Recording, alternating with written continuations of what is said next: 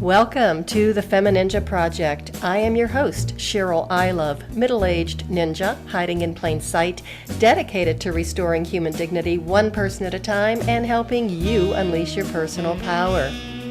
Discover that it's possible to look like a woman, act like a lady, move like a ninja, and think like a warrior. And remember, men are always welcome on the FemiNinja Project.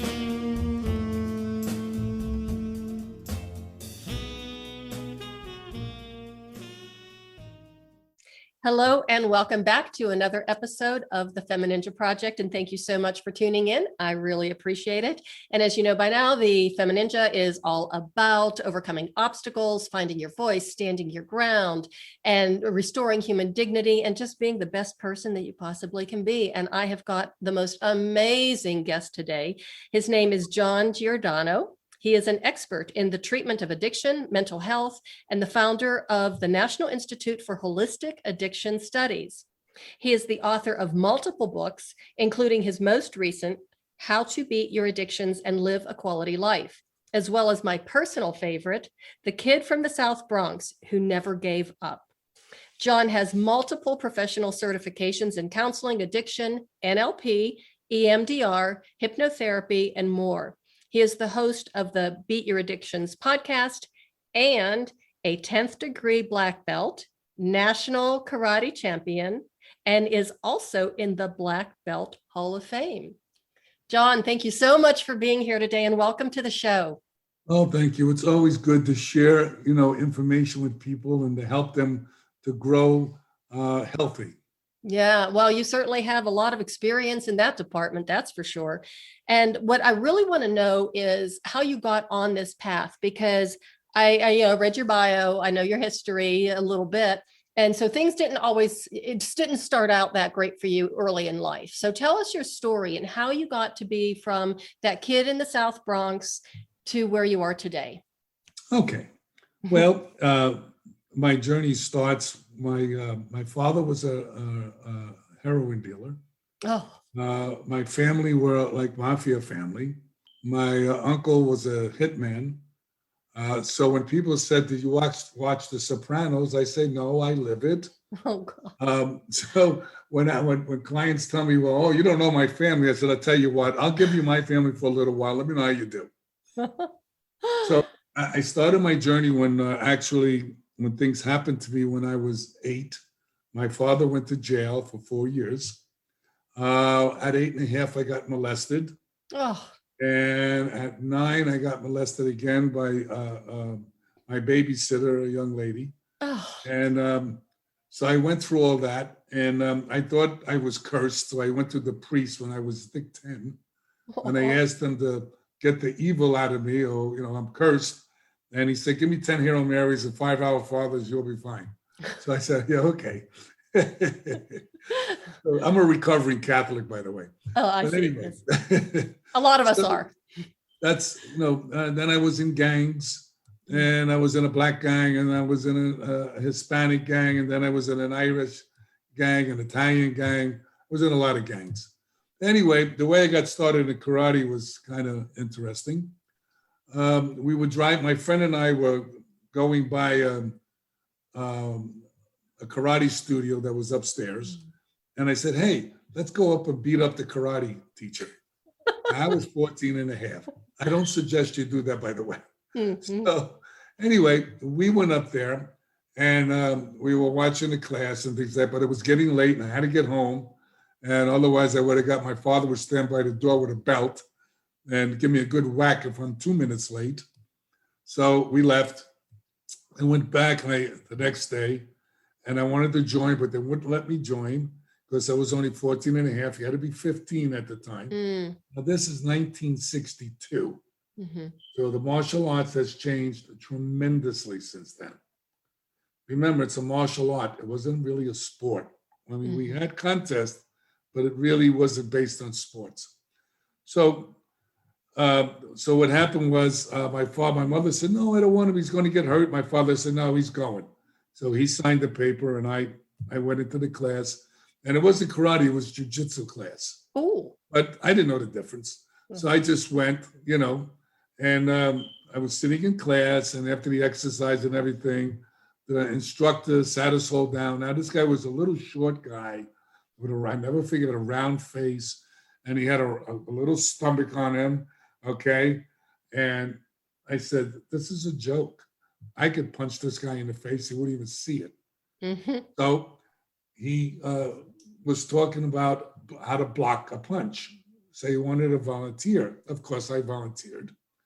And I was a real, excuse my expression, a wise-ass kid. All right? And I was a fighter. I was always fighting in the streets. So what had happened was he was talking to the class, and I decided to punch him in the face, to sneak punch him. I advise you, again, not to do that. Note taken. The next thing I know, I was on the floor. I had a foot, and I'll never forget it. I get a kick out of it every time I talk about it. I had a foot in my throat and this big round face smiling at me. That was it. I fell in love with the martial arts. And, you know, I'm a black belt in judo, I'm a black belt in jiu-jitsu, and a grandmaster in karate. So I, you know, to push forward, you know, I worked out every day, 7 days a week, 6 days a week, you know, in the school, and 1 day a week at home. And what happened was, you know, we were on the judo team. I'm also the Metropolitan, you know, judo champion and all this other kind of stuff. And the jiu-jitsu team, we had the demonstration team. I was on that team. And what we used to do is on Saturday, everybody used to work out the different martial arts. And we always used to fight with the karate guys. And we used to beat them up. So the karate teacher would complain about us. They said if they want to do karate, they have to join the karate class. The only reason I joined karate, which is really funny, that when I came in one Saturday, my best friend who went to classes with me was in karate class. I said, what are you doing here? He said, well, I joined the karate class. I said, well, that's it, I'm joining too. So I joined the karate class. And I was very fortunate. I studied under 3 grandmasters. Wow. So my one teacher was Master Frank Ruiz, who was had 186 fights undefeated, known all over the world. Master Peter Urban, who was his teacher, who was the one that brought, actually one of the guys that brought martial arts into the country. And he's known all over the world. And Grandmaster Hara, who was also a jiu-jitsu grandmaster, and 4 grandmasters actually, and Grandmaster Visitation, who was V-Jitsu at the time, was Filipino. So I was very blessed, very fortunate to learn all of these people, from these people. And anyway, I wanted to go to Florida, and I was winning all the tournaments and everything like that. And my teacher told me, look, I said, listen, I would like to get my black belt in karate. Since I got a black belt in judo and I had a black belt in jiu-jitsu, I wanted to get my black belt in karate. And he says, look, you want your black belt in karate? All right, there's 2 tournaments coming up. One was in Manhattan Center. It was Gary Alexander's tournament, which is the biggest tournament in the country. People from all over the world came to his tournament. And there was Pete Serengano's tournament, was in Jersey, and the same thing. It was the biggest national tournament in the country. He wanted me to take first place in both. I says, well, how about second place in one at least? Said, okay. So I fought 9 times. All my dojo brothers and sisters, they lost. I was the only one left. So I fought about, I think, 9 or 10 times, right? And I took first place. Wow. And the next day, I had to fight again in the other tournament. And I was fighting my dojo brother, all right? And what happened was I used to wear a judo gi. I didn't even have a karate gi because I was always in judo and jiu-jitsu. You know, I didn't buy a karate gi. So he threw a side kick at me. We scored, we were 1-1, 2-2. And it was about 8 inches away from me because my gi was so big. And they gave him the point. And he said, no, it's not the point. You know, it said, no, that's it, was the point. I says, I don't care. I got my black belt. So I went to Florida, and it was very interesting. The Southern boys didn't like the New York boy. All right.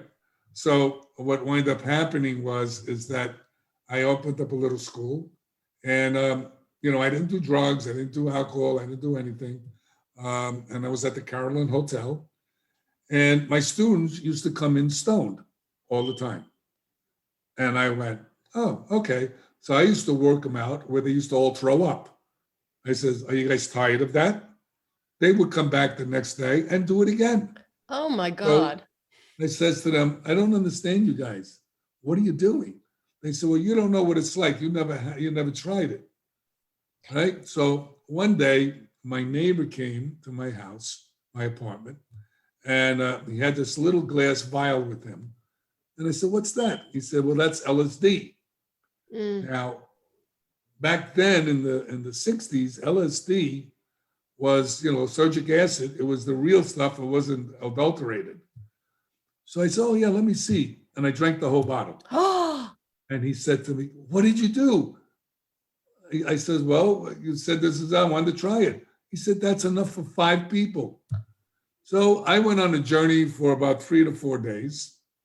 No sleep. Everything looked like cardboard. The lights were bright. Everything was so different. And I never forget it. For some reason, I said, you look like a frog. I think I'm going to kill you. Right? And he said, oh, look at the light. And I looked at the light, and he just pushed me in a different position, a different place, mindset. And then I kept going through the journey. And I said, wow, this is pretty wild. So I started with acid. That's how I started my journey. Wow. Then I went, the fast forwarded. Then I went to pot, and I didn't like it because, I kept on eating all the garbage and, so I went from marijuana, and then I went from pills, and then I'm going to skip a lot of stuff. So this makes it really easy. And then from pills, I went to, I tried opiates. I didn't like them. I got nauseous. I got sick. Alcohol, I didn't like. I used to throw up. And I did cocaine. Mm-hmm. And that was kind of like my drug of choice. Mm-hmm. And, it really devastated me doing all these drugs. And here I am, karate guy, and good health, and working out all the time. And then I would do drugs, now, and eventually, yeah. How old were you at this point? Okay. I started doing drugs when I was 20. Okay. And then I went on, and I got married when I was 21. Oh. And it was an interesting relationship. The girl was Jewish, I'm Italian, and their family wanted her to marry a Jewish boy. And I used to live with her, but when her family would come in town, I had to move out and move into a friend's house. So they didn't know I was living there. I mean, it was like crazy back then. Wow. Kids in the 60s, that's how it was. And it was kind of nuts. And then eventually she told him and stuff like that. But what happened was my father threatened me. See, I went down to Florida by myself at 17 and a half. And let me digress a little bit. So my father threatened me, and he says, if you don't come home, I'm coming there. And I knew that he would. So I went home, and I was talking to the girl every day. And I finally wanted to go down. I didn't have enough money. So my uncle gave me $300. And that's the uncle, that's the hit guy. And he told my father, let him go. So I went down there, and I bought flowers, and I knocked on the door, and she opened the door, and she had this funny look on her face. She was with another guy, and we were talking every day.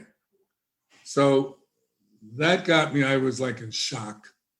And then there was a girl next door, a really pretty girl, and she came out, she heard the commotion, and she says, why don't you come in and talk? And I wound up being with her, but I was always thinking about the other one. So as time went on, we wind up making up and getting together, and she always lied. Always lied. I don't know what the hell was wrong with her. But anyway, we were doing drugs together, so I guess that's part of the story. And what had happened was we finally decided to get married. My uncle threw the wedding, and it was quite interesting. We were in New York, and there were it was really interesting. On my family side, there were racketeers, guys with guns, mafia guys, Yeah. And on the other side, there were lawyers and doctors, because her father was a lawyer. Her mother was the head of the PTA. they loved my family, which was really funny, you know. So what happened was the caterer, and this is a story, insulted my uncle in front of the family.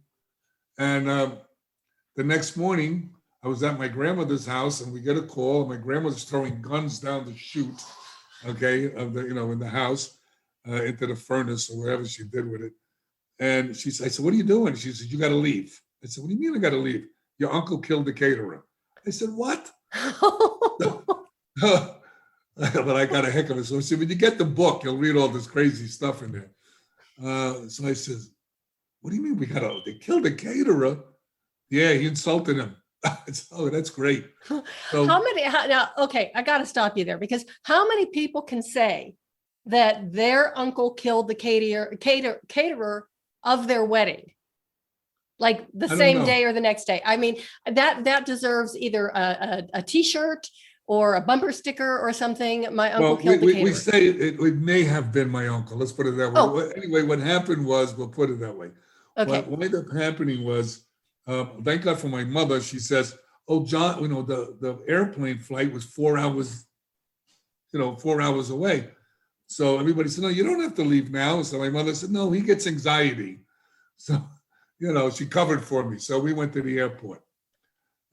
Meanwhile, they arrested my uncle. He started acting crazy. They put him in a straitjacket. He dove down a flight of steps head first.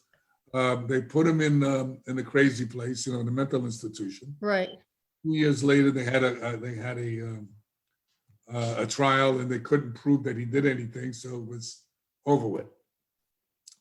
He was so it's double jeopardy. They can't try him again for the same crime. So yeah, I'm really curious, and you might not know this answer, but maybe you can speculate. Do you think he was acting crazy intentionally to make it look like he really was insane when he had maybe? I love my uncle, but he's a sociopath. Got it. Okay, just wondered. Okay. What can you do? You can choose your friends, but you can't choose your family. Well, you know what I tell my friends all the time when they were complaining about their families and stuff, and I've experienced this myself in my own family. I just look at them, and when they're finally done, I just look at them and say, "Do you know why we have friends?" And they say, "No, why?" And I said, "Because we have family." Yep. We can pick our friends. You can't pick your family. Right. You can't pick your family. You can pick your friends. Yeah. Okay. So continue. As the story goes, and by the way, he's 88 now, and he calmed down. Okay. But he winded up going to treatment. He was addicted to crack cocaine. Oh. I mean, I can go on. I don't know. The story is a long story, so it's in the book. So I'm just going to cut it in half, or otherwise we'll be here all night. So let's stop right here, and I want you to now just tell the audience so they know the title of the book again and where they can get it. Because, I mean, this is a fascinating story. And as soon as we're done, I'm going to go upstairs and I'm going to buy your book, because it's like, I got to hear more. Oh, yeah. It's the kid from the South Bronx who never gave up. And where can the listeners buy it? They can buy it on Amazon. It's on Amazon. Yeah. Okay. Yeah. So, okay. Thank you for that information, and continue. So what happened, long story short, after all the addiction, I started, I've been married. I used to live with 3 Playboy bunnies. I mean, I had a real, you'll read about it in the book. And okay. We had a Halloween party, and everybody was begging me to come to the party. I had girls from the California club. I had them from the New York club. We had them from down in Miami. I mean, it was crazy. And, here we are with cocaine and Quaaludes. And one of the girls that I lived with was the house mother. So she used to make the schedule for the girls. So the girls used to come in from the 79th Street Club and from the 54th Street Club to get their schedules. So I was with all the girls. So anyway, when I had the Halloween party, I'm in a turban. I had like a white sheet wrapped around me. I had a couple of Quaaludes in me. And a bunch of hits of coke, and I would get the girls that when they come in, I would hand them some coke, hand them some Quaaludes, tell them to take off their clothes and go in my bed. So I had about 8 girls in my bed. It sounds like a fairy tale, but everybody that knows me knows it's the truth. was crazy times back then. There were orgies. This is the 60s. So it got like crazy. And the girl that I actually married after I got divorced from the other one, okay, was a Playboy bunny also. And when I told her to go into bed, she says, F you. And she left. Mm-hmm. Anyway, we got back together. And over the years, eventually, you know, we hooked up again. And she used to bring cocaine to me. I never did cocaine. I was only doing everything else. And that's what happened with her and I. We wind up getting married. And, you know, it was like when you get married with two drug addicts and two empty people, getting married is the wrong combination. Mm-hmm. Okay. You know, I was only looking at the outside because she was beautiful, Mm-hmm. you know, and not the inside. It's I always tell people, look under the hood, Mm-hmm. right?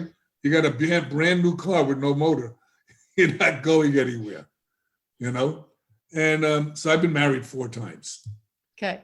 So 2 out of recovery and 2 in recovery.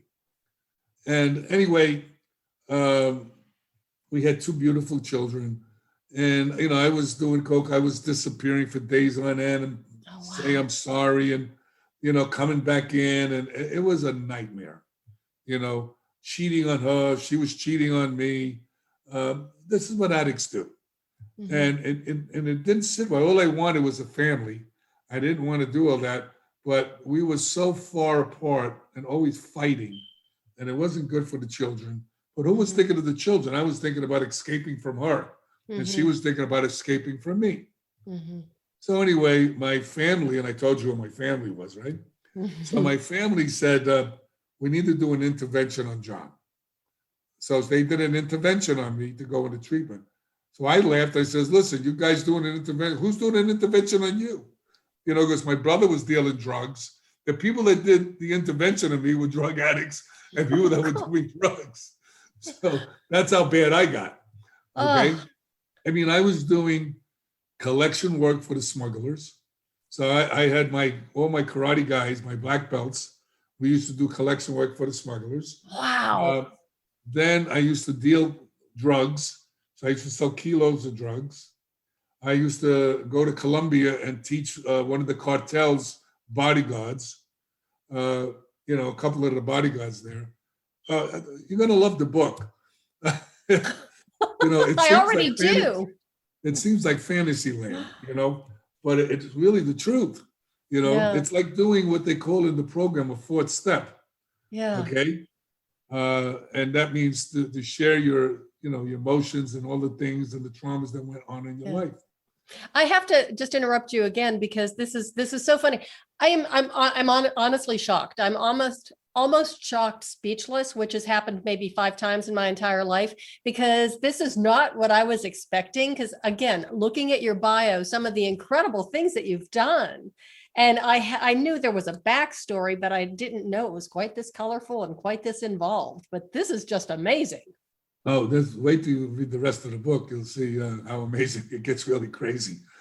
No, so I did all that. So my mother said, she started crying. She said, I won't talk to you anymore if you don't go to treatment. So I figured, look, let me go and get everybody off my back. You know, I didn't go into treatment because I wanted to get help. I didn't have a problem. They had the problem. Mm-hmm. I had a little coke in my sock. I went into the bathroom in the hospital, you know, before I went upstairs to get admitted. And I did a few more bumps, a few more hits on that. And then I went upstairs. I was wearing dark sunglasses. I didn't want to, I mean, this is how stupid I was. I didn't want anybody to know who I was, right? Because I taught a lot of the doctors and the nurses' kids karate. So I was very well known in karate. Nobody knew I did drugs, you know, except for a group of people, certain group of people. But anyway, one of the kids came up from the office downstairs, the admitting office, and it was one of my students. So that I took off the glasses. That was the end of that. Mm-hmm. So here I am in treatment, and I never unpacked my bags. I remember going to group, and they're saying, "No, John, what do you want to share?" I says, "Listen, I won't even get high with you kind of people. If I tell you anything about me, I'll have to kill you." Right? That's how whacked out I was. The guy you're seeing now was not the guy that was before. I mean, I was off the chart. So anyway, I always wanted to leave. I just didn't want to be there. I said, how is talking to somebody going to help me? Yeah. You know? And, I didn't even know what a therapist was. I never even heard of therapy. I never heard of 12-step programs. And I definitely never heard of treatment centers. So this was like somebody just transported me onto Pluto. Yeah. Okay. So well, now just fair enough. Back then in the 60s, there were treatment centers, but they weren't nearly as prevalent as they are. Oh, no. And people didn't talk about it. There was only 2 major treatment centers in Florida, in the South Florida, was Mount Sinai Hospital and South Miami Hospital. Uh-huh. So as the story goes down, so it was Christmas time, okay? And before it was Christmas time, what happened was I started teaching the clients karate, and they got all upset. They come running into the lunchroom. What are you doing? You can't do this. And they ran and told the doctor. And when the doctor came out, he saw there was one of the patients was a doctor that was in my group that I was training. He never talked. He never participated. And here he is in my karate class. And he said, he's helping people just like that. So they left me alone, And then when it came time, they have what is known as exiting, where you find out if you have to go longer in treatment and all of this stuff, right? Well, before that, let me digress again. Before that, I wanted to go, I went in at Christmas time. It was December 4th when I went in. And on Christmas Eve, I wanted to go back with my family. That's what I told them. Well, that wasn't really the truth. The truth was my friends would come over and give me a Christmas card with cocaine in it. So that's why I wanted to go home, So I told them that. They said, no, you can't go. So see, when I got angry, I didn't just get angry. I got rageful, okay? And I couldn't, and it didn't leave right away, by the way. Sometimes it took a day. So I went in my room, I punched the door, and I cursed at everybody. And I remember my therapist at the time told me, hey, John, you ever get on your knees and pray? I said, look, man, you mean God don't hear me? How about if I'm in the closet? Will he hear me? So he says, no, how about humility? So, I thought about it. I said, look, I'm a Catholic. That's all we did was get on our knees, and who hears you anyway, So I thought about it and I went to get my knee down. And this is where I had a spiritual awakening treatment. I went to get I still get emotional when I think about it. I went to get my knee down and I couldn't get it down. I know that sounds ridiculous, but I had to push my knee down. Then I had to push my other knee down. And I think for the first time in my life, I said, whoever's out there, please, whatever you want me to do, please do it. Take this away from me. And it left. My anger left. My rage left, like it never was there. Now, that never, ever happened to me. And that shocked me. And as crazy and sick as I was, I tried to get my anger back. And it wouldn't come back. And this was Christmas Eve.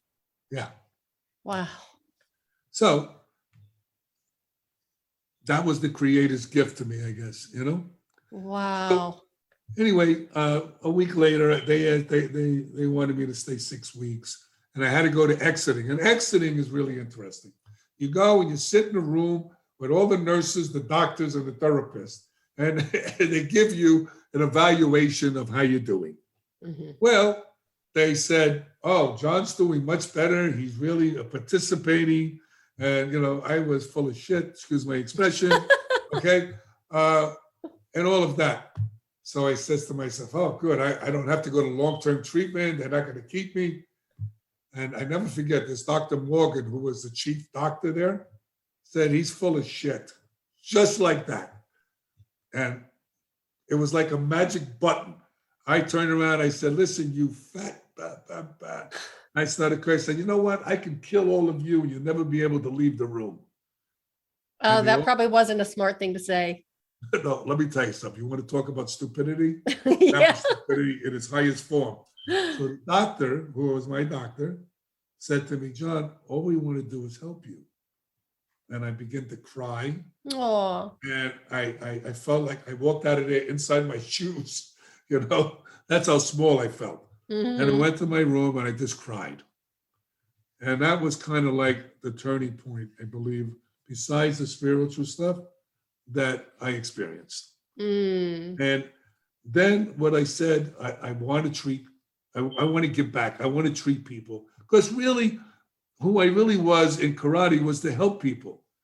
And I always loved helping people. And I taught kids in the Black community, and I got the Martin Luther King Award. I got all kinds of things. Well, you'll read about all that stuff. Yeah.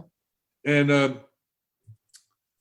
so I always went to aftercare for a year and a half. We had once a week at group therapy. And then I went to meetings.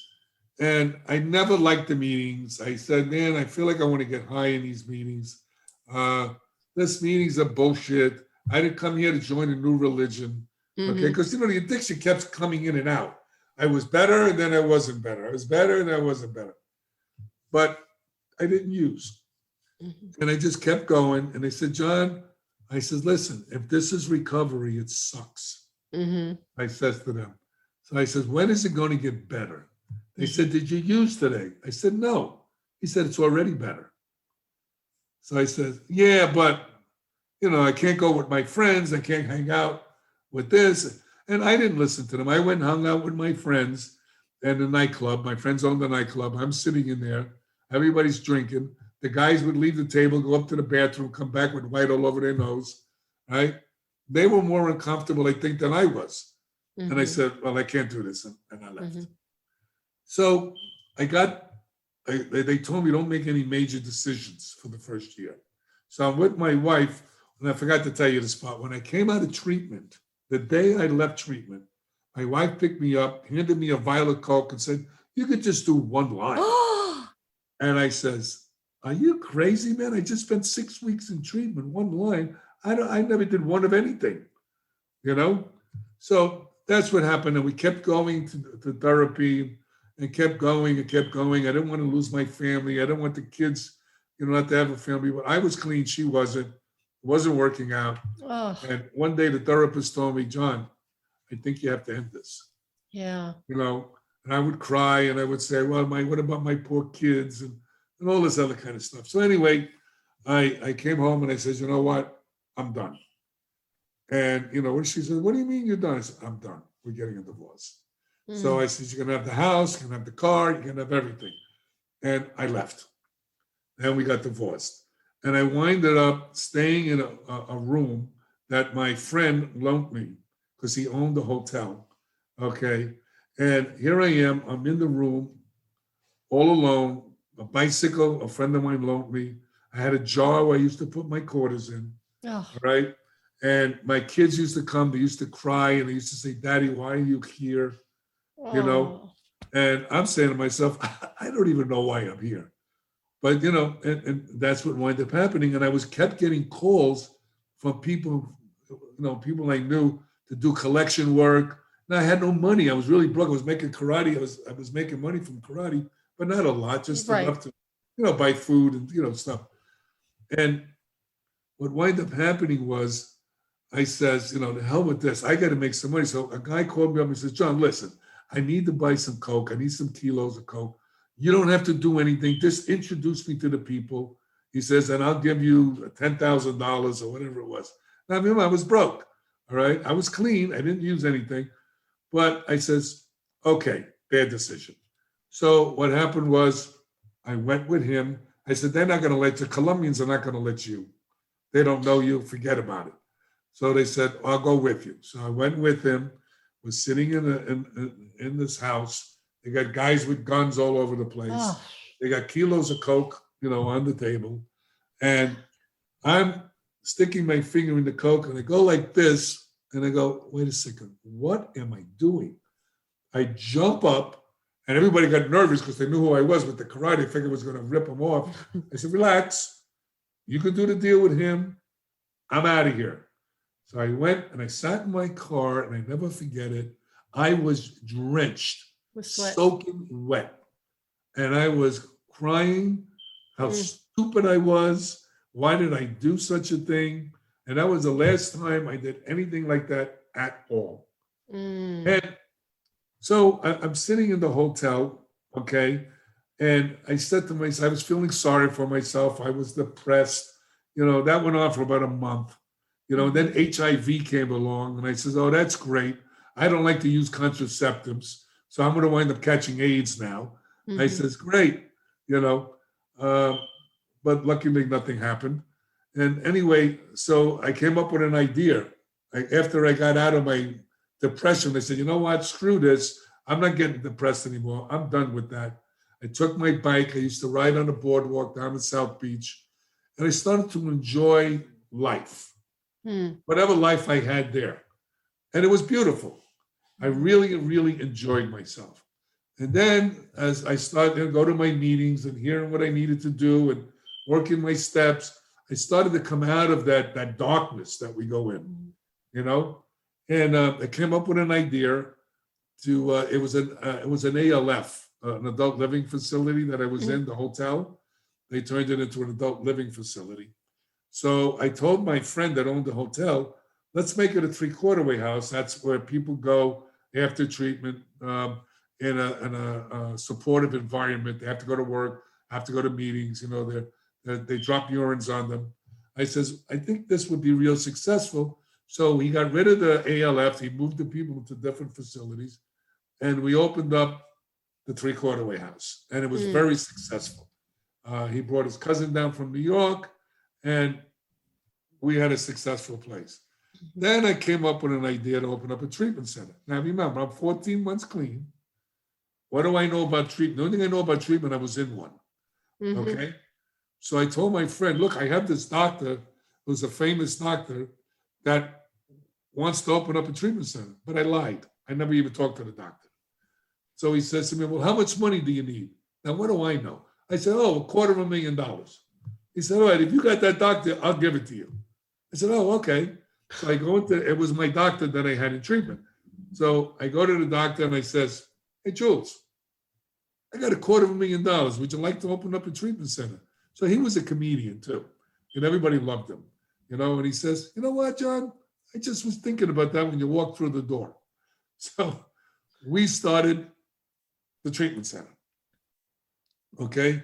I went and here I am. I only went to the 9th grade. I don't have a GED. I don't have anything. Okay. I'm an addict that's in recovery 14 months. And we got this hospital called North Miami General. It now is a place where you learn how to cook because the hospital's not there anymore. And anyway, my friend made the deal with the hospital. We had a floor, and I never forget it. I was standing on this wing of a hospital. All right. Here I am, 14 months clean, don't know anything about anything. And I have my own treatment center. And I was like, how could this be possible? And I designed it to be, the doctor and I designed it to be not like a hospital, but like a regular place, a home, We had regular beds, it weren't hospital beds. We had motivational pictures on the walls. We had plants, we painted a color that was really a calming color, And I learned about treatment. And I was in every position. And I didn't know it was not right to do at the time.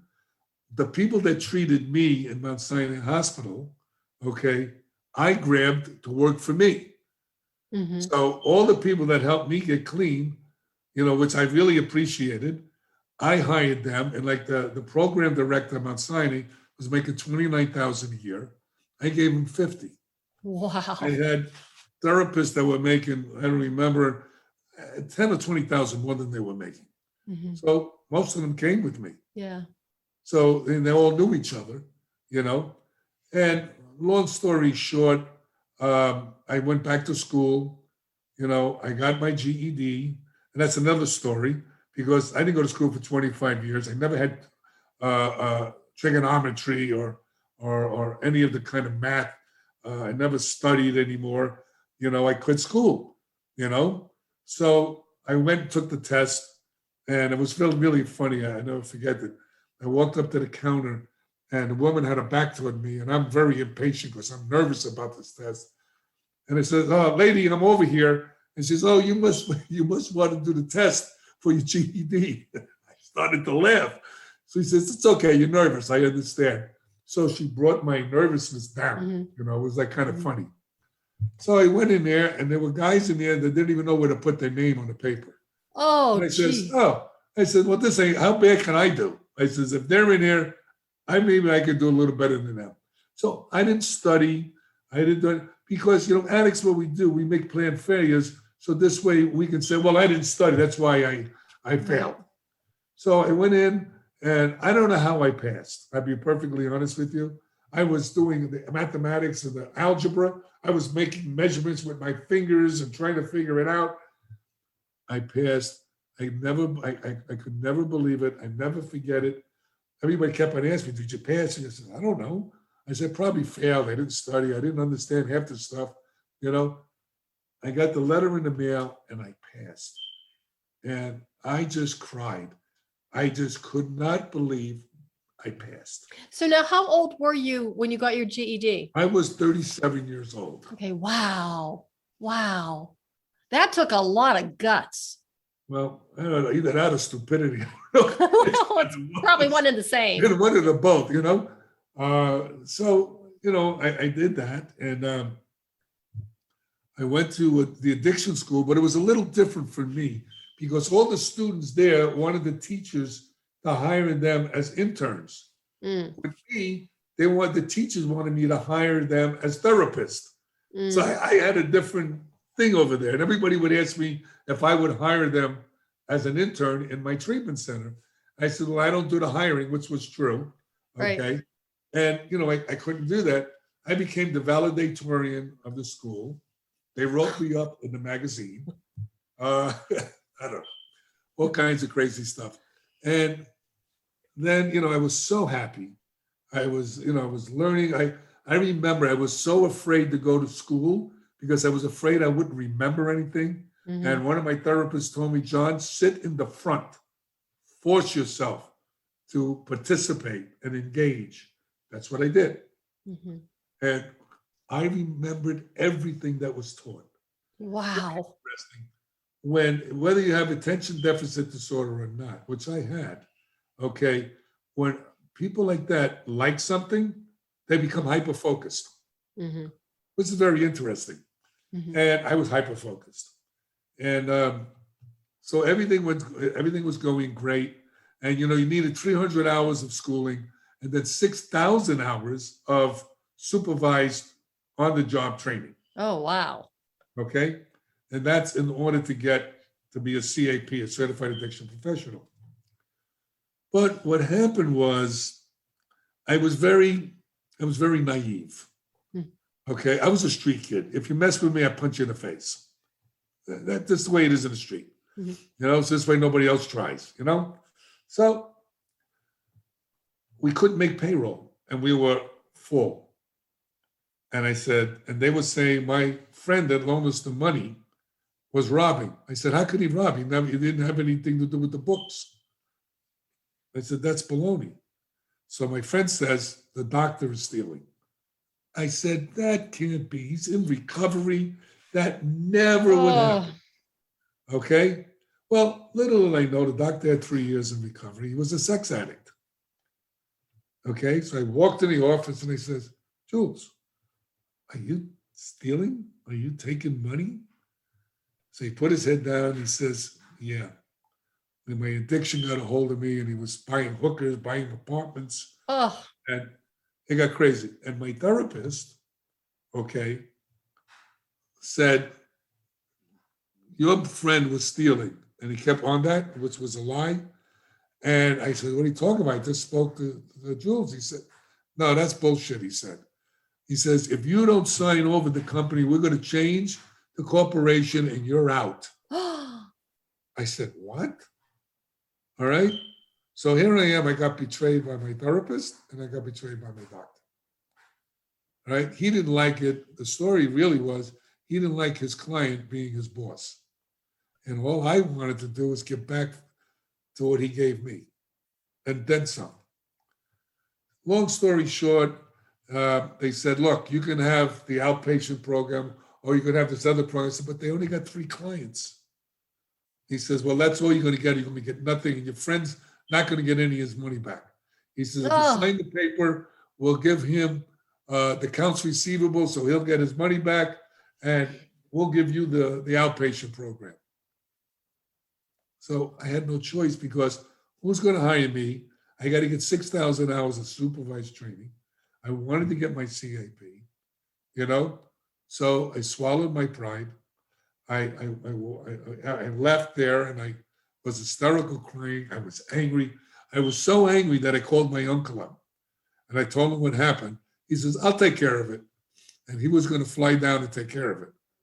And the last minute, recovery kicked in. I called him back and said, no, they took care of it. Everything is fine, blah, blah, blah, blah, which it wasn't. Mm-hmm. That's what I told him. So that's what happened. All right. And then I came up with an idea. I took over the outpatient, and I came up with the idea of continuity of care from the inpatient going to the intensive outpatient to outpatient to aftercare. Mm-hmm. So that's what we did. And they made millions of dollars. I got a salary. This was okay.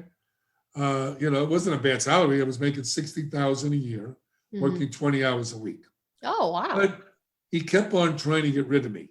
But the secretary was the doctor's old girlfriend who he listened to, and she loved me. So, she stopped all that. Well, what happened was, as time went on, I finally got my 6,000 hours. I went to, I think it was up in Gainesville. I had to take the test, for the CAP. Everybody was laughing at me. I had a headset on with eye goggles that had lights, this mental machine that helps you to focus. And I had all the questions, in the recording that I was listening to as these lights were going off, and everybody laughed. One was a psychologist who wanted a CAP, and another was another therapist, the LCSW, who wanted a CAP. They all failed, and I passed. But it's the funny story, the way I passed. And they did it, they really intimidated you. You had to do a case presentation. Also, after you pass the test, now you have to do a case presentation. So I come in, they had a little chair that was down. The people were up here. I was down here. They had a tape recorder. They had 3 clinicians there that were pan-faced, no expressions. And they said, are you ready? We're gonna take this. Then all of a sudden, I hear a voice from the doorway, because it was in a hotel. They said, hey man, anybody want coffee in there? And they ignored him, but he wouldn't go away. He kept saying, hey, anybody? I busted up laughing, and so did they. And that's how it broke the ice. So I gave my case presentation, and I got my results back that I passed. Well, I got real tired. He tried to get rid of me a couple of times, and he got this guy, Jimmy, who was very well known in the community, a therapist, and he put him over me. He says, oh, this guy, the clients don't like him. His charts are no good. All this stuff. He didn't like paying me that money. Okay. So Jimmy came over, didn't say much, set my group for 2 weeks, watched how we did group, watched everything. And he says, okay, what's going on? I says, what do you mean? He says, clients love you. They don't want to leave. Your charts are perfect. Something's not right here. So I told him the story. He said, now we understand. So we went back to this guy and told him, hey, he's an asset. What are you doing? I had enough. And I got him as my sponsor, that guy. Anyway, I had enough. I said, I can't take this anymore. So I went into this guy's office and I said, let me tell you something. I'm going to get my uncle to come down. He's going to blow your knees off. And they knew who my uncle was because he had a crack cocaine addiction. He was in treatment, right, with us. Okay. And he was in group, and they come running into my office and they go, John. I said, what's the matter? What did my uncle do? He's nothing. He's telling everybody how many people he killed. I said, I told you what he did for a living. I says, what do you think? I know you thought I was bullshitting you. I'm not. Why should I look like an idiot? So he knew who he was. So first of all, he turned white. And then I said, I'm going to rearrange your face and nobody's going to recognize you Plastic surgery is not going to help you. So I want my contract that it's been 6 years that you never gave me. And you got an hour. Okay? And I walked out. Well, I had my contract. I wound up leaving there after 3 months. I got $80,000, which was a joke. Mhm. Okay? And I had a spending addiction, so that went pretty fast. Mhm. You know, then my friend, okay, said, listen, John, I got this other guy who wants to open up a treatment center. Okay, I said, okay. He says, look, put together a business plan. He's a businessman. You know, he's one of these guys. I says, all right, I put the business plan together, and here I am. I'm going to speak this guy in West Palm Beach, and I forget the business plan. Oh, no. What am I going to do? I'm 2 minutes away. I could turn around or I could reschedule. I went forward. So I sat down with the guy. I said, look, I got to be honest with you. I left the business plan home. He says, I don't care. I heard all about you. Okay. Here's a napkin. Tell me what we need. So I wrote down on a napkin what we need. All right. So he gave me $250,000. I don't know why I kept being $250,000, but that's what it was. And we opened up a residential program. His wife was a decorator. She made it, the apartments were beautiful. We got JACO accreditation. I got everything. I hired this guy I met who was my sponsor, became my sponsor, and very well known in West Palm Beach. I didn't know anybody there, but he knew everyone. So he was making $29,000 a year or $28,000. I made him a partner and gave him $50,000, just like I did with the other guy. A year goes by, we built the program up, we were packed, all right? And then one day this guy walks into my office, all right, the partner, and he says to me, why did you spend $700 on phone calls? I says, because I brought in $70,000 worth of business, and I'm from Miami, I'm not from here, so all my phone calls would go there, because, we had to use, regular phones. He says, well, I'm sorry, you're fired. I said, what do you mean I'm fired? I'm one of the owners here. He said, you better read your contract. I made the same mistake twice. Oh. Okay? So I said, listen, I think I'm going to throw you through the window. Okay? He said, well, go ahead, and then you're going to get arrested. So I thought about it, and I told my friend Pete, I say, Pete, let's just walk out. He doesn't know anything about treatment. The place will close and he'll lose his money. Pete put his head down, and he said, I just bought a house. I can't leave. And I was like in shock. So I took all my stuff. I sat on my car in the parking lot, and I cried. Oh. I can't believe it happened to me again. My fault, not anyone else's. I was a corporate raider. I didn't know that. He was the kind of guy that would get guys who knew what they were doing, build up the business, and take it out from under them. Oh. So we wind up going to court, and I wind up getting another $80,000. All right? Which was a joke. And I didn't care. I was so disgusted. I didn't care if I got anything.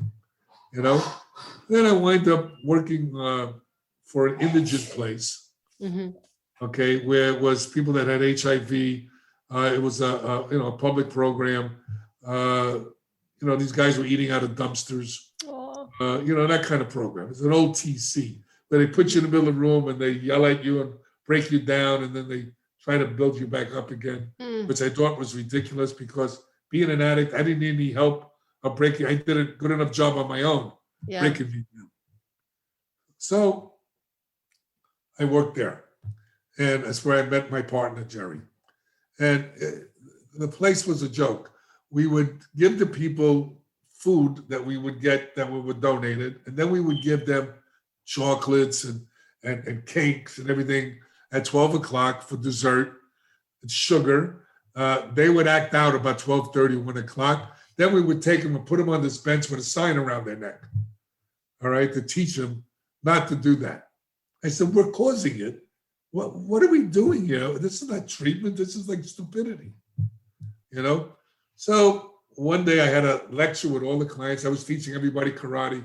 All the clients were learning karate. They loved it, right? They were getting exercise and they're learning something. So I decided to tell the clients about sugar, and I explained I said, you guys be willing to trust me? They said, yeah. So I took away all the sweets, all right? But I forgot to tell the program director and the therapist. They were addicts and alcoholics. So what do you think they wanted? They wanted the sweets and everything. So she got pissed off, right? So long story short, other things happened. She asked me to resign. I said, okay, I resign. So then I didn't know what to do. And this woman I was going out with at the time said to me, why don't you open up your own program? I said, I'm not opening up anything. I'm done with opening up programs. No. Do it on your own. Don't get any money from anybody. I said, they got $300 left in the bank. So here I am, all right, with $300. My friend owned this little house that had 750 square feet. And I went to him and I said, listen, are you renting that out? I want to open up a treatment center. And he says to me, okay. He says, I said, well, how much money do you want? He said, well, how much money do you have? I said, $300. He said, tell you what, do it for a couple of months. When you get some clients, pay me $300 a month. So that was the beginning of my program called G&G Holistic. Mm-hmm. So we had one employee, you're looking at him, all right? Then we had two employees. That was my buddy. And I said, look, Jerry, I'll give you 50% of the business. He said, well, where's the books? I said, what books? Because our clients should give me money. I should just put it in my pocket. You know, I said, they'll pay me, don't worry. So he says, what, are you crazy? They ain't gonna pay you. So some of them do. And he says, as long as I make enough money to, pay my bills, I'm okay. So what wound up happening was it started to grow. It grew so fast, and everybody used to say, you're never gonna be successful. You don't take insurance, forget about it, it ain't gonna work. Well, I had so many clients, I had them in the parking lot. We had to use the parking lot to do group. Wow. Then there was a place across the street. It was a medical center that wasn't doing too well. And I said, let's buy that. We didn't have any money. I said, let's buy that. We only had a few dollars. He says, we don't have any money. I said, don't worry about it. And he said, it's not for sale. I said, everything's for sale. So I went across the street, talked to the owner. I said, look, I tell you what, I want to buy your center, okay? So I says, I'll pay you 25% above what's the going rate. Oh my God. Right? And she says, okay, I said, but there's one other problem. You have to hold the mortgage. So she said, okay. So we had the place. Wow. So I had my family where I had my mother working there. I had my poor mother. She was so funny. She used to go there. We used to take everybody home, the clients, on Thanksgiving and Christmas. My mother used to make them food, and the clients couldn't believe that we were taking them to my home. So we had all that going on. One day, my mother took the bills that was on the desk, and she mailed them, but she didn't know we didn't have any money. So we go, oh my God! But thank God we got a couple of clients in that paid cash, and we were able to cover the bills. Then my partner had his son, who was in the internet. He knew all about internet. Mm-hmm. That was in the beginning. All right. This is, I forget what year that was, like in the 1994, somewhere around there. Mm. Anyway, he knew all about the internet. I thought that's where everything's going to go. And long story short, okay, we wind up building the program, and we were helping so many people. It outgrew itself. And one of the people we helped, his father was a multimillionaire, was so grateful that we helped his son who nobody was able to help. All right. And we did all kinds of, people used to laugh at me. They go to Giordano, he's going to give you vitamins and cure you. But that wasn't the case. What the case was I was helping people with alternative medicine as well as therapy. Right. Okay. So we were giving it that, we're giving them acupuncture, we were doing a whole bunch of alternative treatments. So he said, look, I'll buy you those buildings. I said, really? He says, yeah, you pay me 8%. Okay. Mm-hmm. You pay it out every month. And I'll buy you that. I said, well, we need a place to house them. And I'll buy you these 4 buildings over here too. This is millions of dollars. You just wrote a check. Oh my God. So it was our angel. All right. Yeah. And what was so difficult, there was 4 properties all together, okay? And the problem was there was different owners. There was 3 different owners. So I couldn't let anybody know that we were interested in the properties because then they would have jacked up the price. Right. I don't know how we did it, but we built it. And we did, and we bought it. So now we had all that, we redid everything. And the city, before we bought it, got a letter from the city saying that we can have a treatment center there. Well, the neighbors found out, and we already bought the buildings, right? And we needed a public hearing. And I says, wait a while, we were 500 feet from the school, all right? So here we are, my dreams got crashed again, all right? And I said, I can't believe this is happening. I said, but we're gonna fight this. So I didn't want to fight with the city because they wanted us to have it, but it wasn't them. They had the neighbors. Right. So we had a public hearing and I had police there. I had a senator there. I even had neighbors that knew me there and they all fought for me. True story. And they agreed to let us have it for 1 year. If we didn't have any problems, then that was fine. And that's what we did. So we had that program. We started with nothing. And in 2012, we sold it for $45 million. Oh my God. Yeah, you didn't know that part. No. Yeah. Yeah. And in the meantime, I'm in 76 medical and scientific peer-reviewed journals. I wrote 4 books. I lecture all over the world.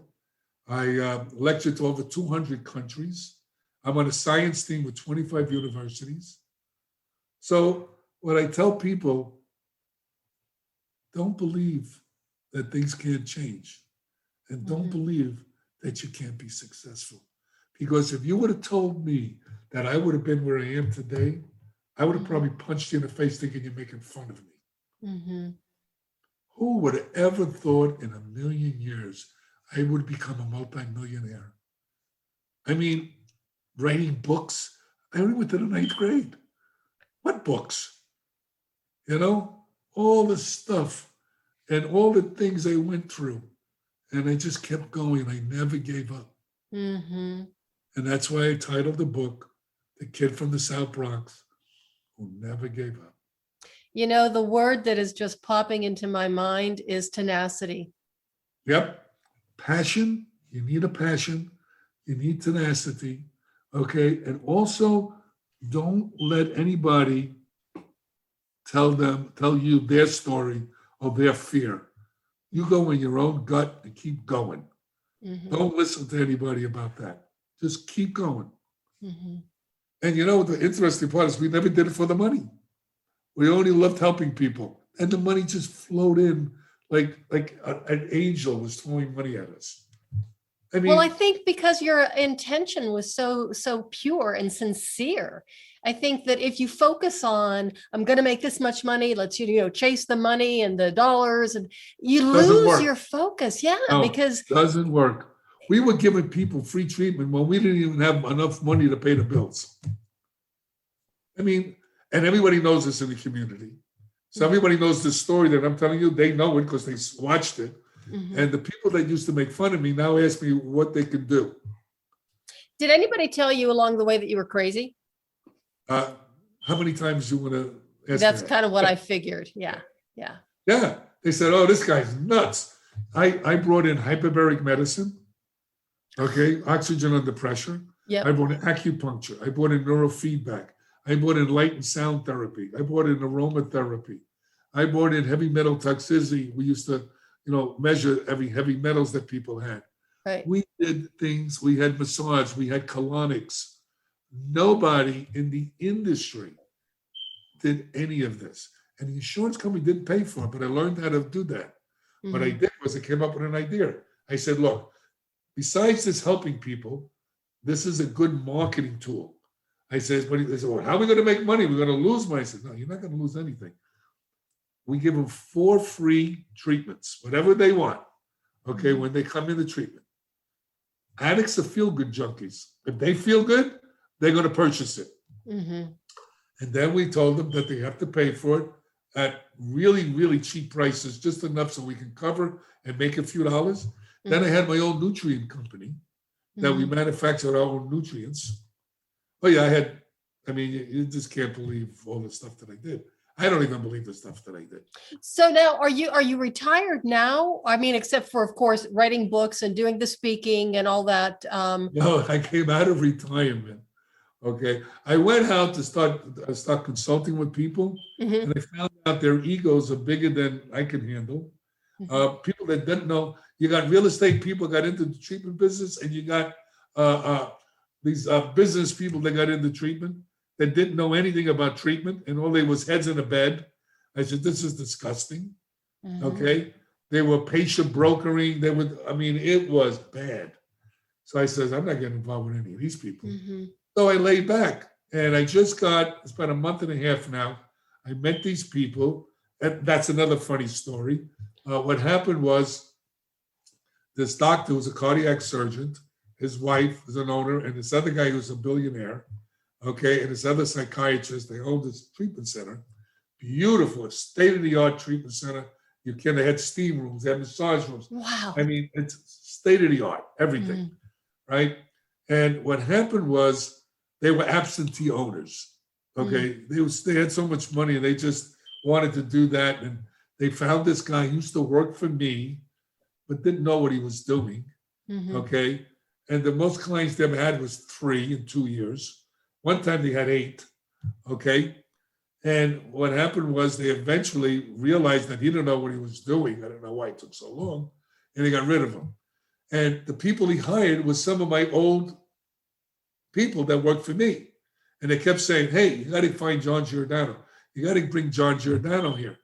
Okay? Yeah. We'll have a John Giordano. He goes in the community to try to raise business. They say, oh, you should get John Giordano.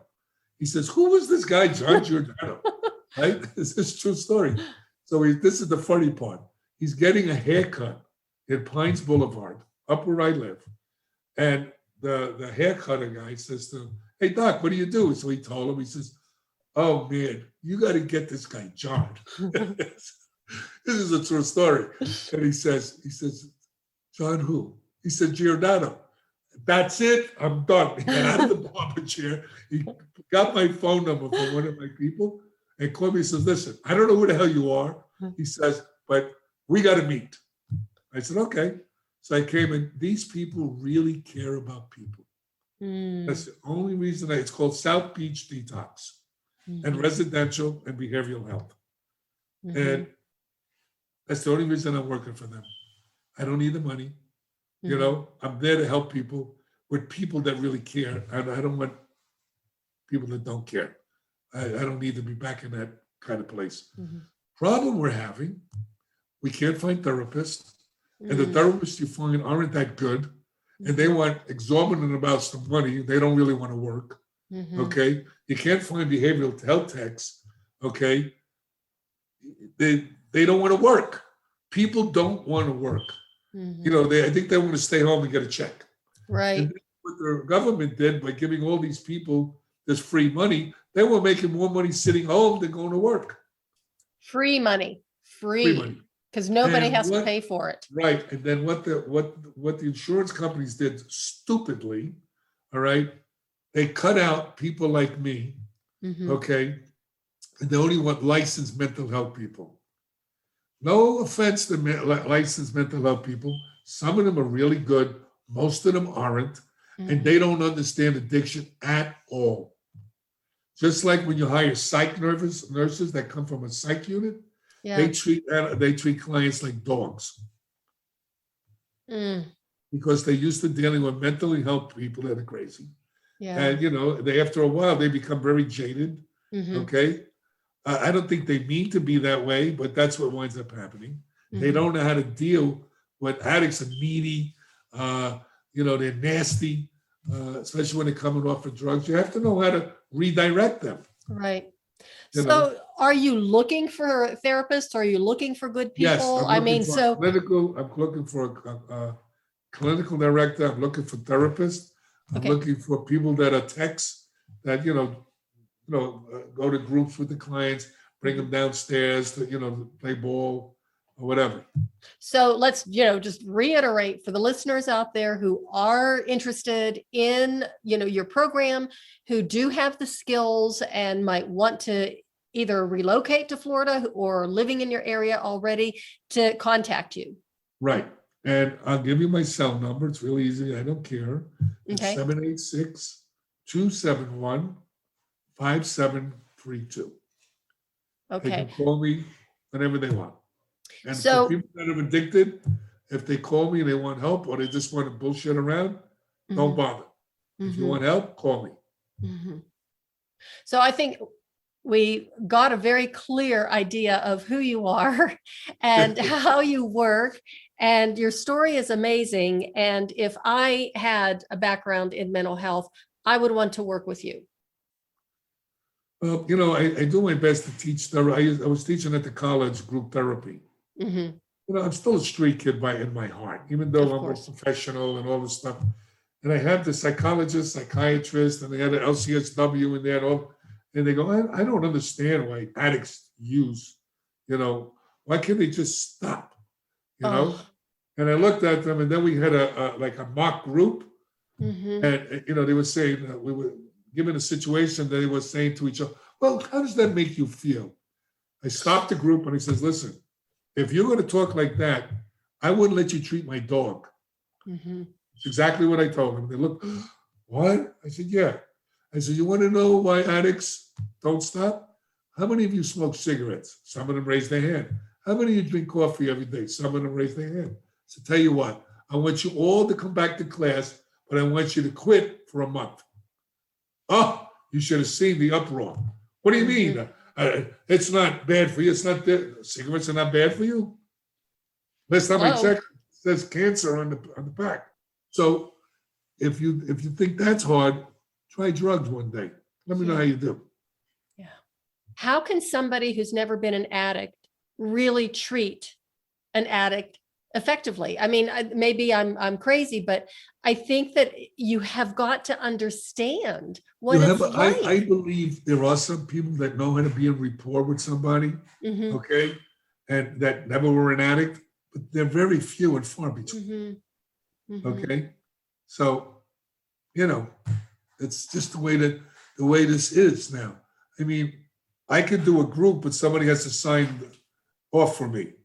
And I got over 60,000 hours of experience. Is that crazy? And some kid out of school is signing off, and it's almost like stupid, It's crazy. And, one thing I didn't tell you, I'm also a chaplain for the police department. I did know that. I saw it somewhere in your bio, and when I was reviewing your bio and your website today, I couldn't find it. And it's like, I know I saw somewhere that you were a chaplain or a minister or whatever. What I do also is help police officers that have been in shootings, and I also help guys coming back from Iraq and Afghanistan.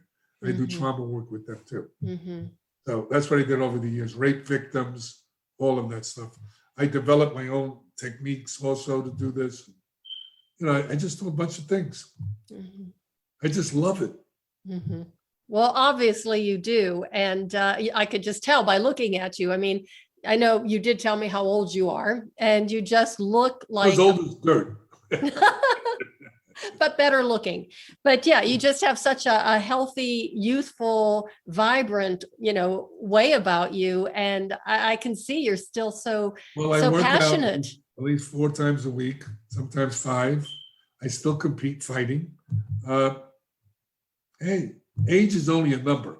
Yeah. And I'm also in another area now. I do alternative medicine, stem cells. Exosomes. I don't know if you know what exosomes are. I do exosomes, the hyperbarics. They just came out with a research project from Israel that hyperbarics in the atmosphere of 2, that's one of the things I lecture about. If you do 5 days a week for 90 minutes for 3 months, you know what telomeres are?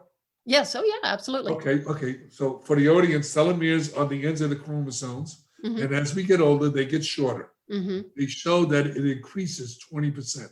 Oh, wow. That means we have a biological clock and a chronological clock. So that biological clock means you're getting younger by doing this. Wow. So that's what I'm into now. Oh, that's amazing. Well, and that's what I love about you is you're always into something. Hey, listen, that's how you stay alive. Exactly. Well, yeah, lifelong learning. Otherwise, what's the point? That's the point. Who wants to sit home doing nothing, watching the boob tube? Exactly. Forget about that. I Yeah. want to make a difference in the world. Well, you certainly have already, but you're not done yet, I can tell. No, not done. There's more to be done. Well, John, it has been such an honor and such a delight to have you on the show and to talk to you and get to know you. And I'm just going to throw it out there. I would love to have you come back in a couple of months to, update us, let us know what you're doing and how things are Anytime going. you need that, let me know. Right now, I'm trying to get this book to be I got Captain Sandy looking at the book now. Okay. You know who she is? No, but. She has the television show. Okay. Okay, anyway. And I have another one of my students, Brett Ratner, who did Rush Hour 1 and 2. Okay. It was, they're looking at them. I'm trying to get it to be not a movie, maybe, but a documentary to help people. And they need content. So that's what I'm looking to do. It almost sounds like it could even be like a mini series. Yes. That's kind of what I'm thinking. Yeah. Well, that's another issue that we were talking about too. So that's my other goal. Okay. So if that happens, shush, I have to change my language. When that happens, because it will. So when that happens, I want you to let me know. You know how to get a hold of me. Absolutely. And as soon as it happens, so we can promote it, let everybody know about it. And just getting your story out is it's been an honor for me to be able to listen to it and to share it with my audience. So thank you so much. I know we went a long time, but I hope it wasn't too long, but Oh, you asked for the whole enchilada, so I gave it to you. You certainly did, Ollie. And like I said, I'm going to, as soon as we're done, I'm going to be buying your book. I can't wait to read it. Cool. So again, thank you so much for being here. And everybody, thank you so much for listening. I really appreciate it. Please check out John's website. It is johngiordano.com. It's John, the letter J, Giordano.com, Giordano.com. And once again, your phone number? 786-271-5732. And last time, the title of your book. It's The Kid from South Bronx Who Never Gave Up and How to Beat Your Addictions and Live a Quality Life. Excellent. Okay, so there you go, ladies and gentlemen. Make sure you check them out. Read the book. I know it's going to be a wonderful read, and I can't wait to get it myself. And so I think the key point here in this episode is never give up. You can pretty much do anything you want to with the passion, the tenacity of spirit, and just continue to show up and just never give up. Well, what I look at is this real simple. God gave whatever God is to anybody, gave us the gift of life. Mm-hmm. It's what we do with that life is our gift back to God, whatever that is for you. So that's how I look at it. Excellent point. And that is the way of the FemiNinja.